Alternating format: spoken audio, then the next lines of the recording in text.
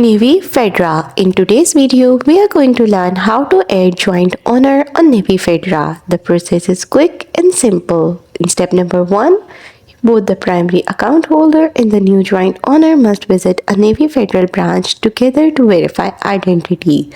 This step is required before adding a joint owner. In step number 2, bring valid identification for both people. You require driver's license or passport, social security numbers, and proof of address. Step number 3, request the change of information at joint owner, and you can download it online or get it at the branch. Step number 4, fill out the form with your details, choose survivorship options, and sign in both various names. Step number 5, submit the form in person or at the branch or via secure message or by fax.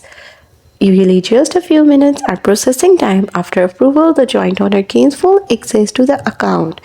Double check that both IDs and signatures match the records to avoid delays, and that's all. That's how you will be able to add joint owner on Navy Federal.